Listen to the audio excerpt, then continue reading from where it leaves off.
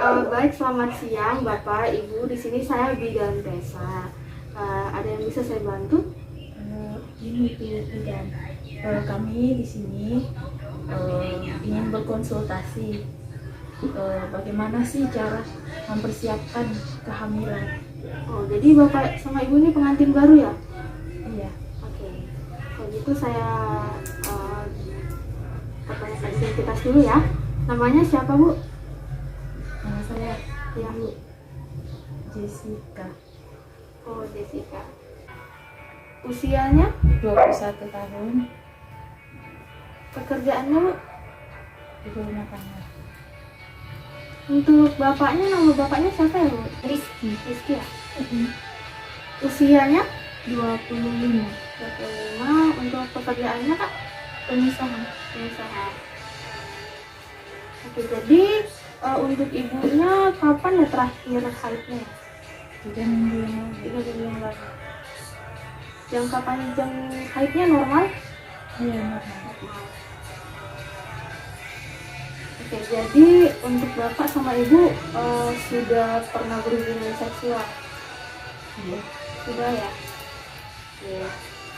Jadi di sini bapak sama ibu datang dengan alasan untuk melanjutkan persiapan kehamilan. Iya. Jadi sebelumnya berat badan ibu sudah pernah nimbang? Udah. Berapa?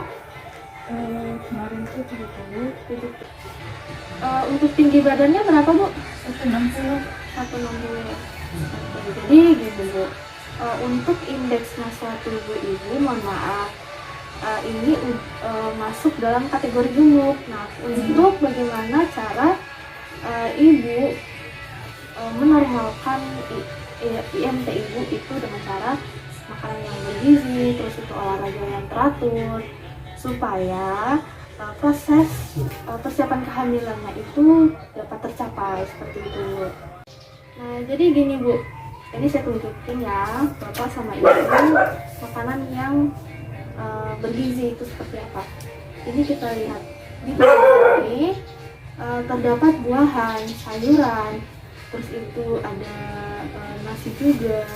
Nah, ini dimakan 1 piring sehari. Itu harus seimbang. Karena nasi, terus buahan, terus ada sayuran juga, itu harus seimbang ya Bu. Sebelumnya ibu pernah mengalami kekurangan darah Bu? Anemia gitu pernah enggak? Enggak pernah ya. Oke, jadi kalau misalnya ibu pernah mengalami anemia atau apa, itu ibu harus minum tablet tambah darah ya. Nah, mungkin bapaknya bisa nyuruh ibunya nih untuk konsumsi tablet tambah darah itu tiap minggunya. Terus seminggu sekali, terus seminggu 2 kali itu udah cukup untuk ibunya. Terus minum juga asam folat itu minimal seminggu sekali ya Bu. Oke Pak. Oke. Sebelumnya ibu sudah pernah suntik tetanus? Sudah. Sudah pas kapan ya Bu? Nah, kalau itu saya lupa. Lupa, tapi intinya pas bayi ibu pernah kan gitu kan. Oke, jadi gini Bu, suntik tetanus ini diberikan untuk mencegah dan menurunkan risiko seorang tertular penyakit tetanus. Nah, vaksin ini disarankan untuk diberikan secara rutin kepada orang dewasa maupun anak-anak ataupun anak-anak yang baru lahir.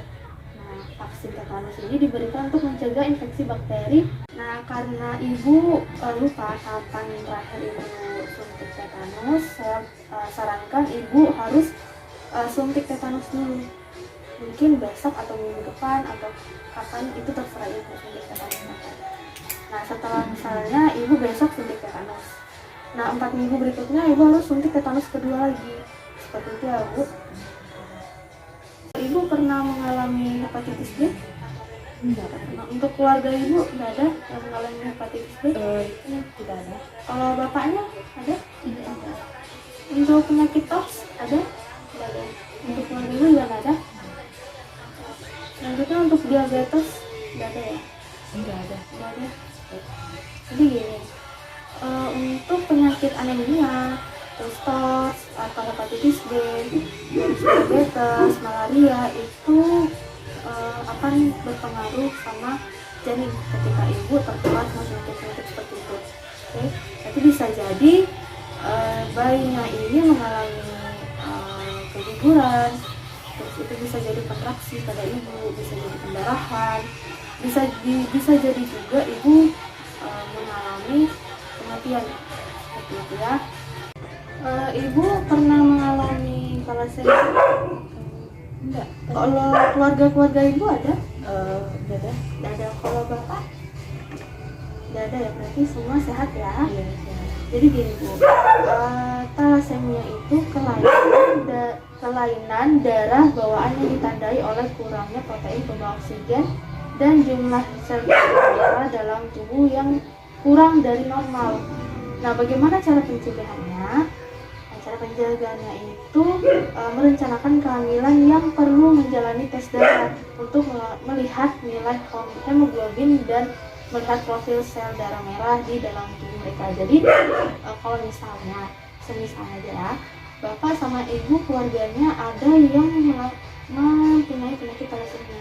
Cara pencegahannya itu ibu sama bapak harus melakukan tes darah dulu.